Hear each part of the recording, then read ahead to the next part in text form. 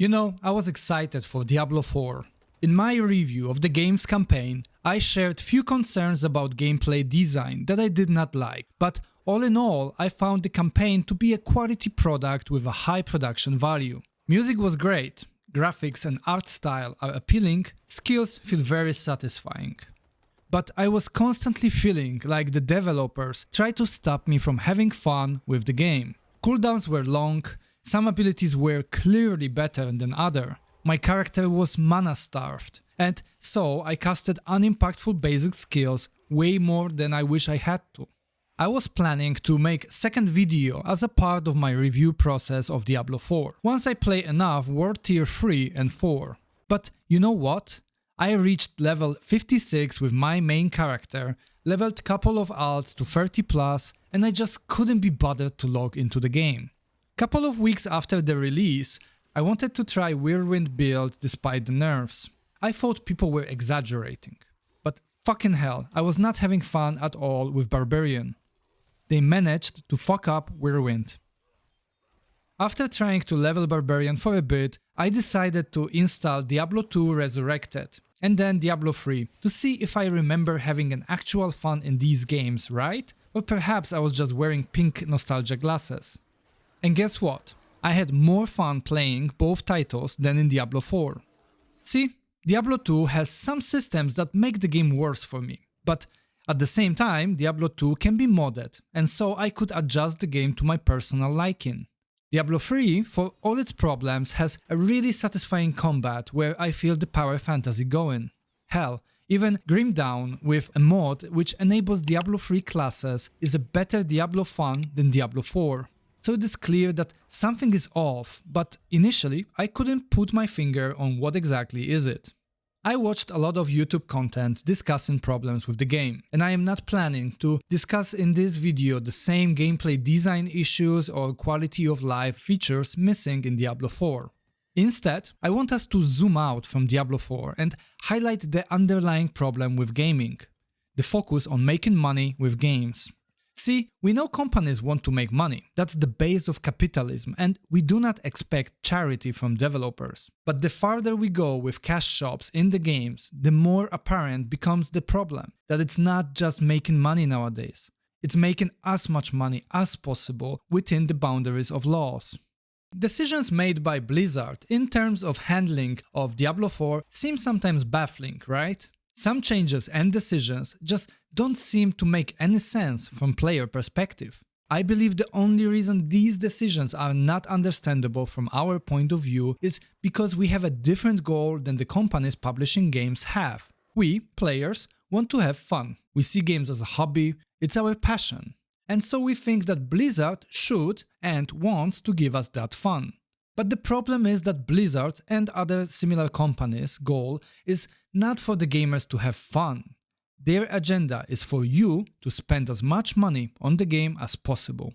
So yes, one of the reasons for shitty decisions in Diablo 4 is the fucking cash shop. But the main issue with the items in the cash shop is not their sheer existence. It's the underlying philosophy and mindset that the existence of cash shop instills in minds of people creating the game. The philosophy we end up with is the following: how do we make people play the game the longest? And how do we create enough dissatisfaction to trigger an in-game purchase? Let me explain. See, people tend to think that companies will make most money by giving them, the consumer, what they want. But that's not necessarily the case. The way consumerism works is that companies create desires in people to trigger a purchase. Such desires could be theoretically achieved by making you happy and giving you possibility to become even happier, right? But what if you are content enough to not want to spend more money? It's a lost purchase opportunity and thus less money for a company. So what companies like Blizzard figured out is that making you dissatisfied leads to a higher probability of you purchasing shit you wouldn't buy otherwise. And so the design is to make you as dissatisfied as possible without pushing you enough to turn off the game. And gaming is not the only industry that utilizes such practices. You can actually see it all around you, if only you pay enough attention. Food and pharmaceutical industries make you obese and unhealthy so that they can sell you pills to supposedly fix your health problems.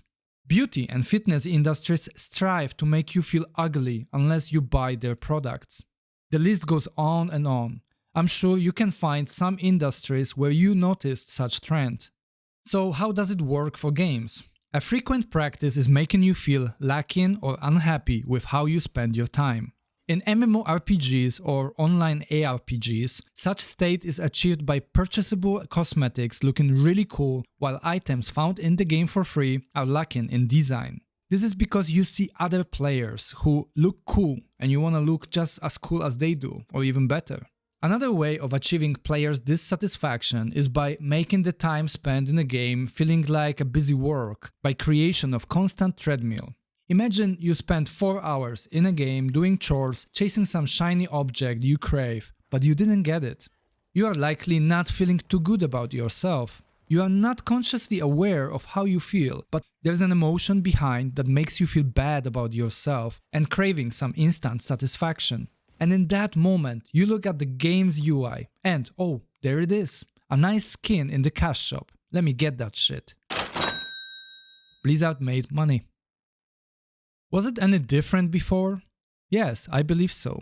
See, in the past, games were created to make money via selling the game to as many people as possible. They did so by focusing on getting good review scores and achieving player satisfaction. In other words, you were supposed to have fun because there was no money to be made of you while you are in the game. For instance, Diablo 2 developers did not give a fuck whether you played the game for 10 hours or 1000, as long as you had fun with the game. If you liked your experience, then you left the game with a smile on your face, praised the title to friends, recommended to strangers on the internet, and were likely to buy future expansions or sequels. In fact, Blizzard is still riding that goodwill created by the fandom established with Diablo 2, despite their fuck-ups with Diablo 3 and now Diablo 4. Now, let's talk about the second issue with the direction Blizzard is taking when it comes to balancing the game: nerfs, and restrictions.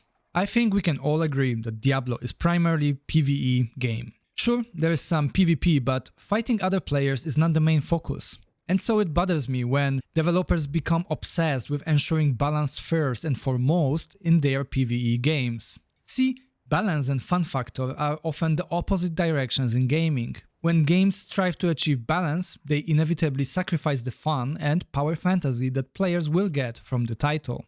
It's alright for game developers to want their games to be played in a certain way. If there are bugs that make the game work not as intended, then sure, get rid of them. But nerfing everything significantly does not feel fun for players. We spend our time and put effort building a character based on skills that we like. We farmed items, put together our build and enjoy it. Then, one day we wake up after patch goes live and our character feels way weaker for no apparent reason. That's not cool feeling at all.